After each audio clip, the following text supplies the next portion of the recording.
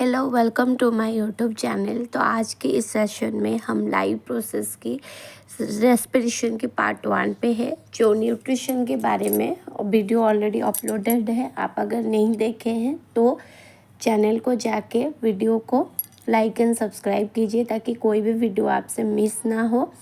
और ये तो बेसिकली 10th स्टैंडर्ड की है, तो आप देख सकते हैं और चैनल को शेयर भी कीजिए।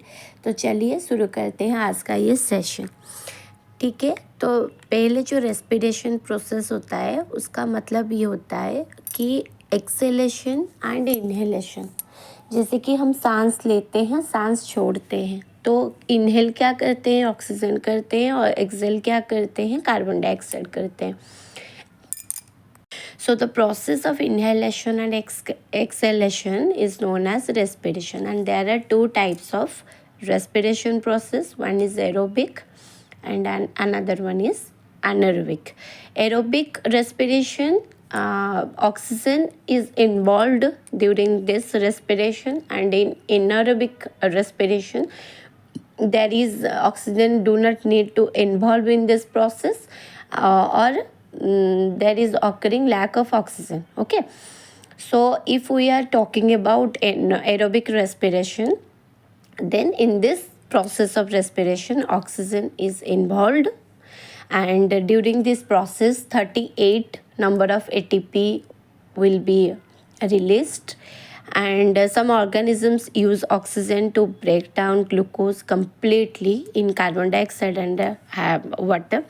अगर एनारोबिक रेस्पिरेशन की बात करते हैं, in this process there is absence of oxygen as well as lack of oxygen are occurring, and the release of energy is this aerobic process is a lot greater than anaerobic. जैसे कि मैंने अभी बोली, aerobic respiration में 38 number of ATP release होती है as energy, but in anaerobic respiration there is only 2 ATP released as energy.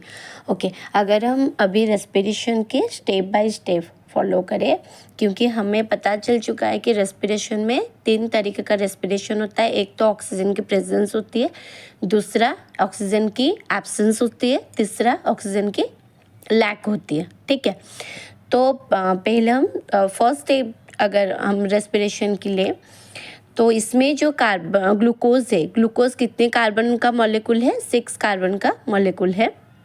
तो उसमें क्या होता है, 6 carbon of glucose is breaks down into a 3 carbon of molecule, and वो जो 3 कार्बन ऑफ मॉलिक्यूल में कन्वर्ट होता है उसको पाइरूवेट कहा जाता है। ठीक है, so this process is takes place in cytoplasm of the cell. Then the pyruvate converted into ethanol and carbon dioxide.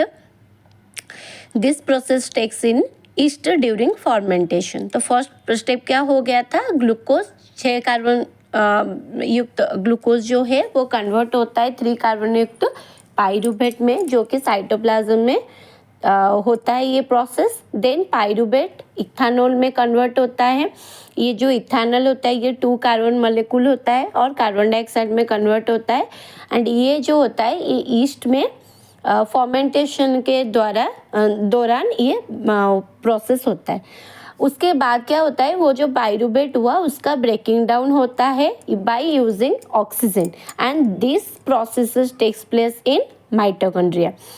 Then this process breaks up the 3 carbon pyruvate molecule to give 3 molecule of carbon dioxide and water. Okay, first 6 carbon glucose converted into 3 carbon molecule pyruvate, then pyruvate converted into ethanol and carbon dioxide, and in the absence of oxygen this process occurs in cytoplasm, but in the presence of oxygen it takes place in mitochondria.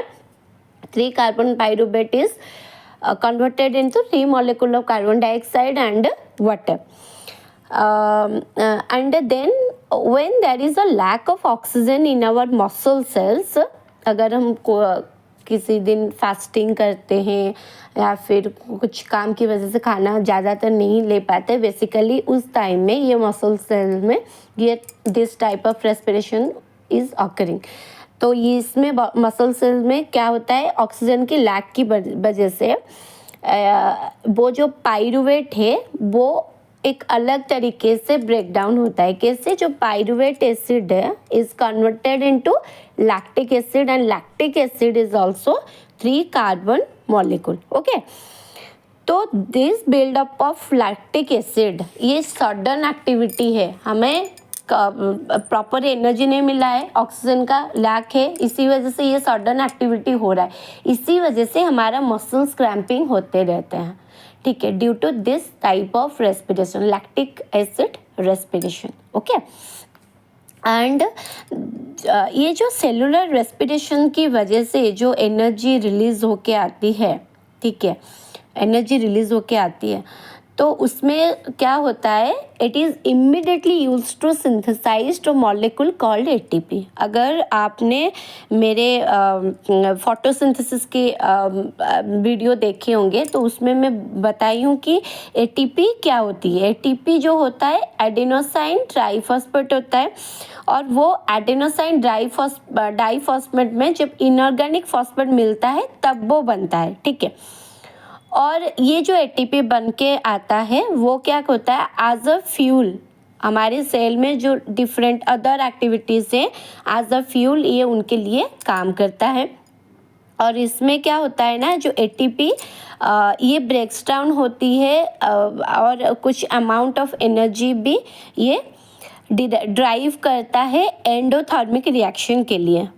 ठीक है, और ये जो endothermic reaction क्या होता है, the chemical reaction that absorbs heat from its surrounding, that is called endothermic reaction. Okay, ये जो एंडोथर्मिक है, ये पहले ये टर्म आया था 19th सेंचुरी में, किसके द्वारा, फ्रेंच केमिस्ट मार्सेलिन बर्थोल के द्वारा आए थे। और जब ATP breaks down using water, then 30.5 kilo joule पर मॉलिक्यूल के हिसाब से एनर्जी लिबरेट होता है। ठीक है,